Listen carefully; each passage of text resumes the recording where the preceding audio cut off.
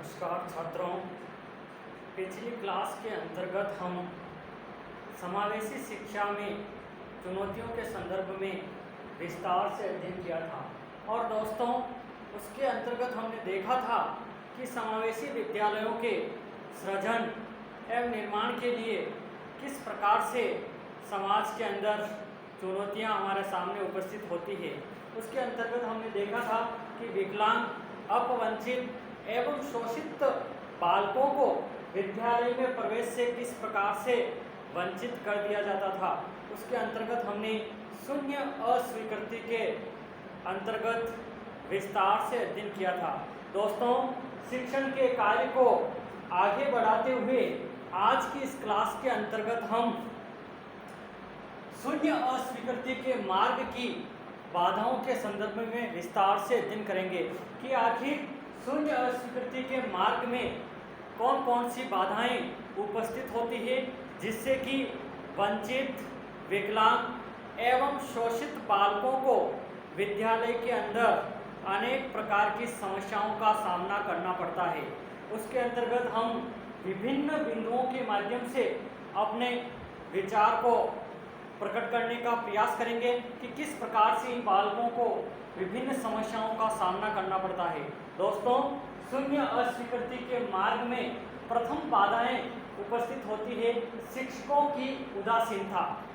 प्राय अभिभावक बालकों को विद्यालय में प्रवेश के लिए प्रयास करते हैं, लेकिन अधिकांश विद्यालयों के अंदर शिक्षक जो होते हैं वो इन बालकों की शिक्षा के अंदर अपनी रुचि एवं इंटरेस्ट प्रकट नहीं करते, क्योंकि उनका मानना होता है कि ऐसे वंचित, विकलांग एवं शोषित बालकों को विद्यालय के अंदर प्रवेश दिया गया तो निश्चित रूप से कहीं न कहीं हमारे विद्यालय का परिणाम प्रभावित न हो।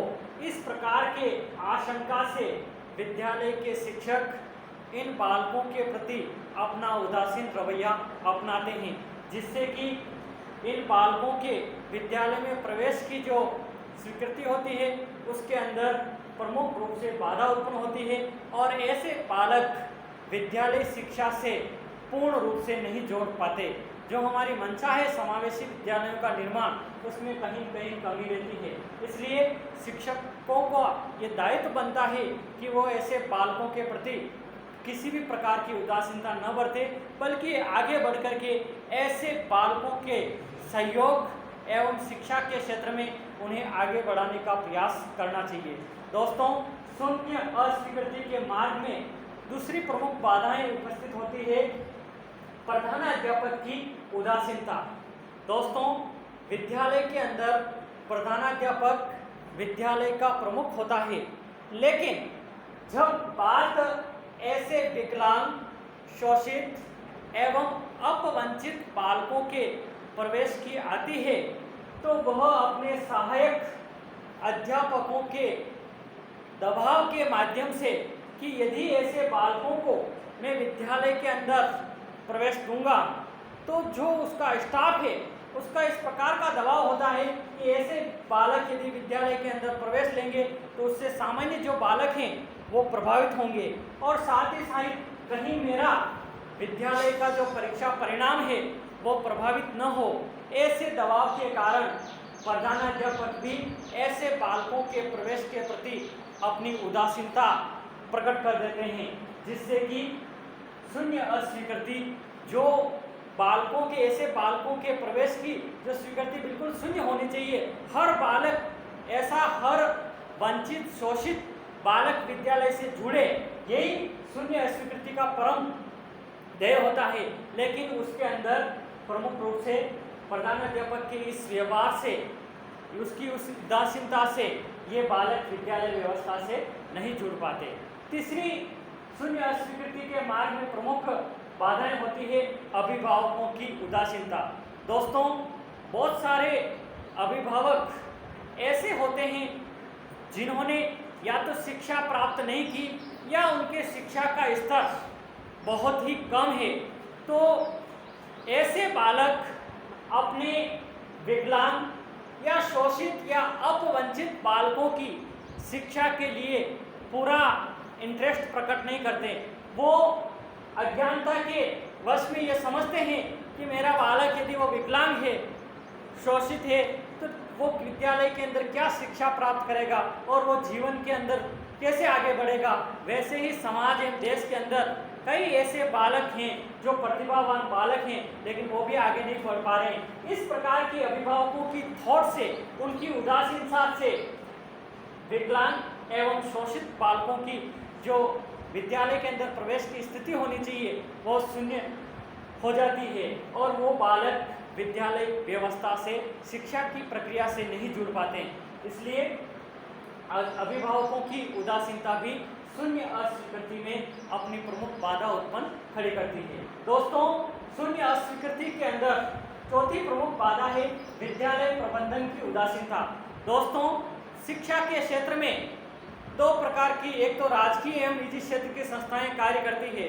तो बहुत सारे राजकीय एवं निजी क्षेत्र के जो शिक्षा के ध्येय से जुड़े हुए हैं, यानी कि शिक्षा का विकास करना अपना परम दायित्व है, ऐसे लोग इन बालकों को आगे बढ़ाने का प्रयास करते हैं। लेकिन कुछ संस्थाएं ऐसी होती है जिनको केवल व्यवसाय से वो जुड़ी हुई धन का मेन उनका उद्देश्य है। ऐसे प्रबंधक इन बालकों की शिक्षा के लिए पूर्ण रूप से उदासीन होते हैं। अपने शिक्षण संस्थान के अंदर ऐसे अपवंचित, विकलांग एवं शोषित बालकों को प्रवेश देने से बचने का प्रयास करते हैं, जिससे भी इन बालकों की शिक्षा के अंदर जो उनकी प्रवेश की स्थिति होनी चाहिए, शून्य होनी चाहिए, वो नहीं हो पाती है और शून्य अस्वीकृति के अंदर प्रमुख बाधा उत्पन्न करती है। शून्य अस्वीकृति की चौथी प्रमुख बाधा है, पांचवी प्रमुख बाधा है विद्यालय में संसाधनों का अभाव।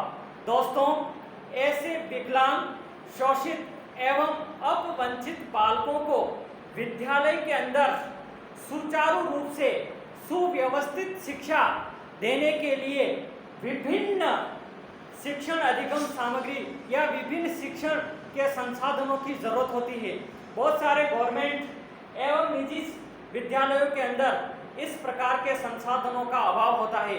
जैसे कि कोई बालक श्रवण दोष से पीड़ित है तो उसको विद्यालय के अंदर श्रवण दोष से संबंधित संसाधन नहीं उपलब्ध हो पाते हैं। कोई दृष्टि दोष से संबंधित हो पीड़ित है तो विद्यालय के अंदर दृष्टि दोष से संबंधित संसाधन, एवं कोई बालक शारीरिक रूप से असक्षम है तो ऐसे बालकों के अंदर विद्यालय के अंदर इस प्रकार के संसाधन उपलब्ध नहीं हो पाते, जिससे कि इन बालकों के शिक्षा के अंदर प्रमुख रूप से बाधा उत्पन्न होती है और वे भी इन साधनों के अभाव से भी शून्य अस्वीकृति उत्पन्न होती है। दोस्तों, शून्य अस्वीकृति की छठी प्रमुख बाधा है नवाचार के ज्ञान का अभाव। दोस्तों, शिक्षा के क्षेत्र में इनोवेशन अपनी महत्वपूर्ण भूमिका अदा करता है।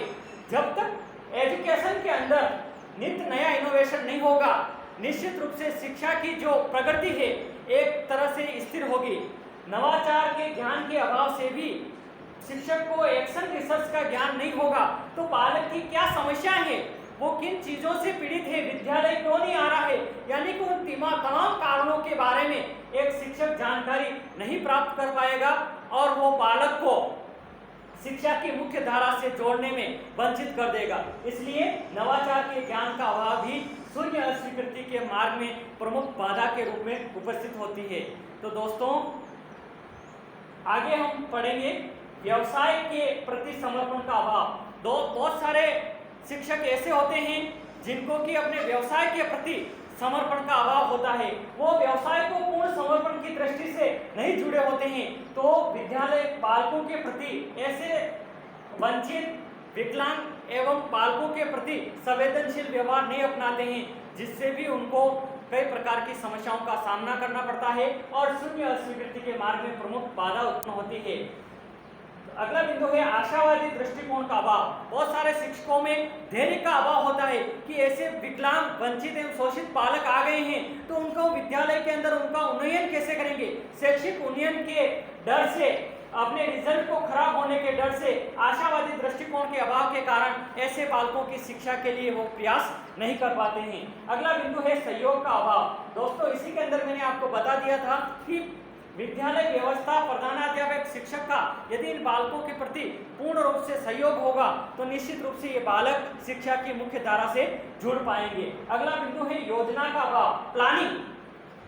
इन बालकों को, शोषित, विकलांग एवं वंचित बालकों को शिक्षा की मुख्य धारा से जोड़ने के लिए विद्यालय व्यवस्था के अंदर एक सुनियोजित प्लानिंग की आवश्यकता होती है, लेकिन बहुत सारे विद्यालयों में ऐसे प्लानिंग के अभाव में इन बालकों की समुचित शिक्षा की व्यवस्था नहीं हो पाती है। सकारात्मक दृष्टिकोण का अभाव, पॉजिटिव दृष्टिकोण के अभाव में भी इन बालकों की शिक्षा समुचित रूप से नहीं हो पाती है और ये बालक विद्यालय प्रवेश में वंचित हो जाते हैं। दोस्तों, अंतिम शून्य अस्वीकृति के मार्ग की अंतिम बाधा है प्रभावी शिक्षण अधिगम प्रक्रिया के ज्ञान का अभाव। बहुत सारे शिक्षक ऐसे होते हैं जिनको की टीचिंग के, इफेक्टिव टीचिंग के जो कट्स होने चाहिए उनका ज्ञान नहीं होता है, तो वो ऐसे बालकों के शिक्षा के लिए सामान्य बालकों की भांति ही उनके भी शिक्षा की व्यवस्था करते हैं, जिससे इन बालकों का शिक्षण के प्रति रुचि नहीं होती है और अपना अधिगम स्तर नहीं बढ़ा पाते हैं। तो प्रभावी शिक्षण अधिगम प्रक्रिया के अभाव में भी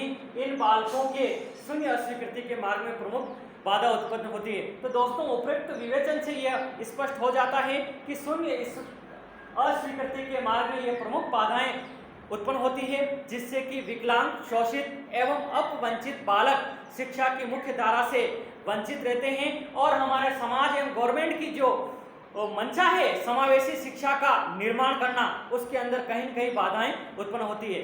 दोस्तों, आज की क्लास के अंदर इतना ही। जय हिंद, जय भारत।